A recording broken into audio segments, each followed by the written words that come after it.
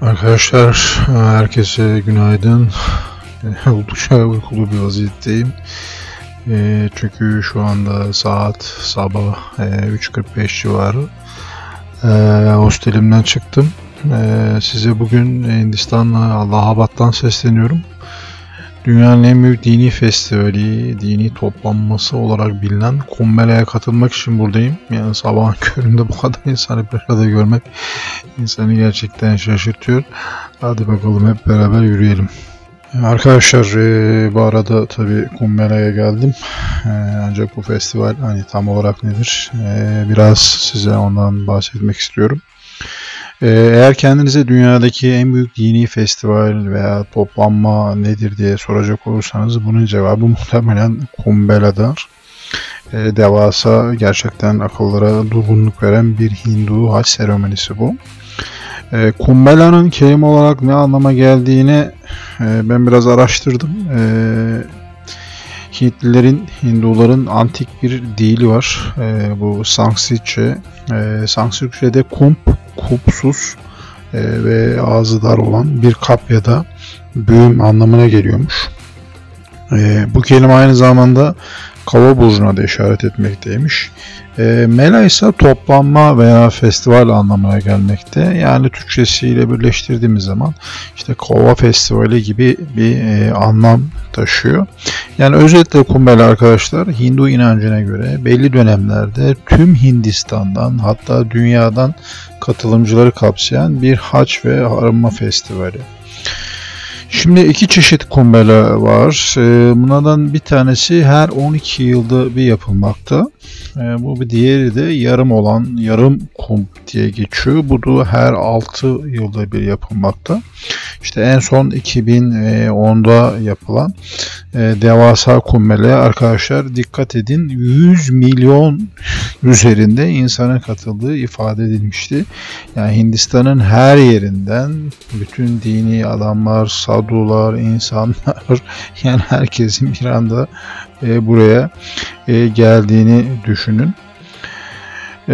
Kumbh Mela arkadaşlar Hindistan'da Ganj Nehri'nin yakınlarında olan yerlerde kutlanıyor. İşte bu her yerin tarihi Güneş, Ay, Jüpiter burç takvimlerine göre belirlenmekteymiş. İşte bu yerler genelde Allahabad, Haridvar, Uttarakhand eyaletinde, hatta hemen yakınında Rishikesh var, Haridvar'ın. Nasık diye bir yer var ve Ujjain'de kutlanıyor. İşte bu takvime göre bu yerlerden birinde düzenleniyor. Festivale gelen Hindu hacılar için hem Hint hükümeti hem yerel eyalet hükümeti çok ciddi çalışmalar yapıyor. Binlerce çadırlar kuruluyor. Festivale gelen hacıların konaklamaları buralarda gerçekleştiriyor. Otellerde vesairelerde falan yer kalmıyor. Yani çok önceden ayarlamanız gerekiyor. Çadırlar da kiralanıyor. Dönemleri var. Yani istediğiniz kadar kalabiliyorsunuz. Bir günde kalabilirsiniz, 4 günde kalabilirsiniz, 10 günde kalabilirsiniz. Holy Deep Water dedikleri bir takım ritüeller var. İşte bu Ganj'ın içinde belli saatlerde, işte sabah, akşam kutsal arınma ve banyo törenleri oluyor. İşte sabah 3:45'te kalkmamın sebeplerinden bir tanesi de buydu arkadaşlar. Şimdi bu tabi festivalin kendine göre bazı kuralları var.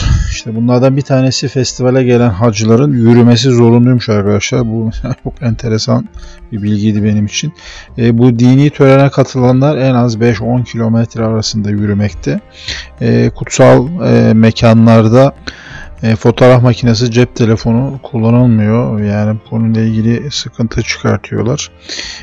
Yine bu mekanlarda sadece ve sadece vejetaryen besleniliyor ve alkollü içki içilmesi de kesinlikle yasak. Çok ciddi yaptırımlar var. Ciddi kutsallığı var çünkü.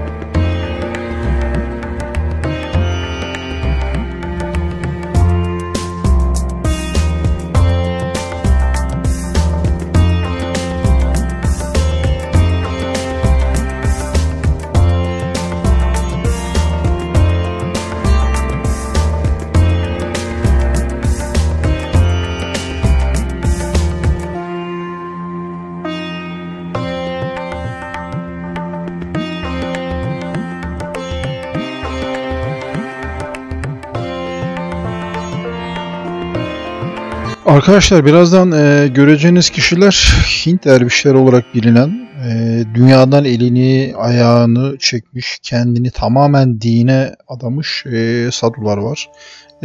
Hindistan'da 5 milyona yakın sadu olduğu söyleniyor. Bu Kumbh esnasında Hindistan'ın her yerinden sadular buraya geliyor. Yani normalde zorlukla görebileceğiniz birçok sadu grubu buraya gelmekte arkadaşlar. İşte hep YouTube'da geçen işte Naga babalar, agoriler vesaireler, yani bunları falan görmeniz gerçekten çok zor. Özellikle toplandıkları yerler var. Mesela Varanasi bunlardan bir tanesi. Hinduların önemli kutsal kentlerinden bir tanesi. Sadular arkadaşlar tabii dünya işlerinden ellerini ayaklarını çekiyorlar. İşte saçlarını kestirmiyorlar. Kendilerini acı çektirmek için bazıları senelerce sağ kollarını havada tutuyor veya ayakta hiç oturmadan yaşıyorlar.